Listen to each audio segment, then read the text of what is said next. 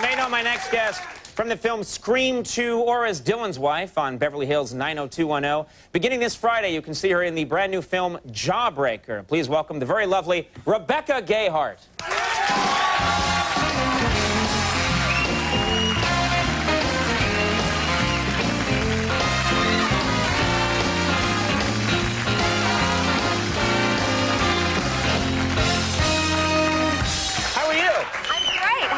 You look fantastic. Thank I'm doing you. great. You're, you know what's interesting? I was reading about you today, and you're from Kentucky. Yes, I am. I don't think I know anybody from Kentucky. I don't know much about Kentucky. What's it like? Kentucky is such a beautiful state, and a lot of people don't go there, but they really should because it's so pretty there. Now, you're from a small town in Kentucky? Yes, I'm from Pine Top, Kentucky, which is, if you fly into Lexington and drive 3 hours, it's in the Appalachian Mountains. My God. So what do they think that, you know, someone from their area has become famous and is doing so well? Are you a big star there then? Kind of, I guess. I mean, they're really supportive, but I don't really get special treatment. I still have to take out the garbage and clean my room, and that's good. It my molds mom your and dad character. don't treat me any different. Yeah. Were you in the newspaper then? What's the newspaper in town? It's called the Troublesome Creek Times, and yes, I was on the cover.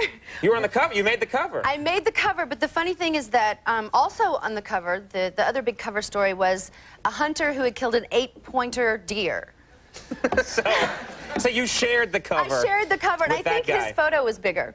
Right, right. Well, that's okay. That's a big deal. It is. Did you growing up in the area? Because this film you did, Jawbreaker, is about some pretty vicious girls. Yep. And pretty cold-hearted. And I won't give away much about the plot, but basically it's about some girls that commit murder. You know? Accidentally. Accidentally, but no. Well, then they're fine, aren't they? Accidentally. Were you pretty vicious when you were a kid? Were you? Did you fight much? Let's see. Well, when I was in kindergarten, I fought with the boys a lot. I would fill my purse full of rocks and hit them over the head with it. Wait a minute.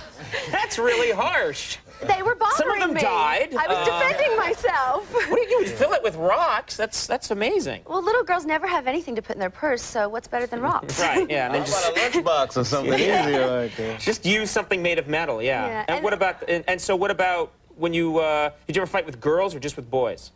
I had one fight with a girl. It was in 7th or 8th grade, and it was a girl from my hometown, and she had been picking on me for months, torturing me, and I was really afraid of her.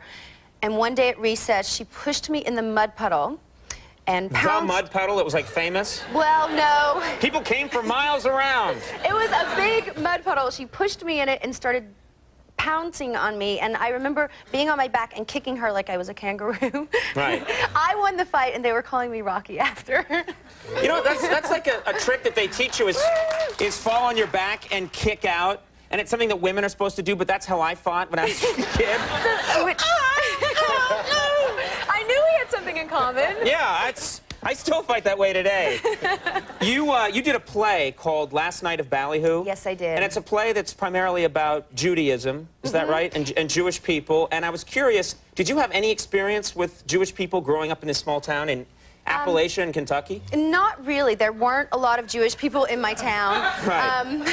What a shocker. Yeah. But my fiance is Jewish. Right. And I met him when I was fairly young. I was 15. So, you know, he sort of taught me a lot about the religion. Was he from that small area? No, he's from Miami. So you didn't know one Jewish person growing up in this small town? There was one Jewish person. What was his name? I'm just curious. Jed Weinstein. Jed Weinstein? Good friends with Shlomo McCoy, no doubt. They got a still in the woods where they make Manischewitz. You got to check it out. You know what? He's a really nice guy. Did you not want to say his name on the air? Well, I kind of changed it a little bit. Let me tell you the real name. Yeah, tell me the real name. No one will know. That's okay. Oh, Weinberg. Oh, God. Okay. Don't take it out. Jed, I'm sorry, I had to say that. No, but that's interesting. Now, you grew, we're just about out of time, but this movie, I just want to make sure people understand, because I was watching some of it today. I didn't get to see the whole thing, but is there anything you want to say about it? That basically it's about 3 girls who accidentally murder a friend of theirs? It's about the cruel politics of high school, and it's a really fun movie because you're either in high school or you've been to high school or you're going to go, hopefully. So it's... Our audience is going to go in 10 years. Yeah. So We're watched primarily by, like, 5-year-olds, yeah. So it's kind of for everyone, but the moral of the movie would be don't be a follower, be a leader. And don't commit murder. Yes, and a makeover doesn't change your life.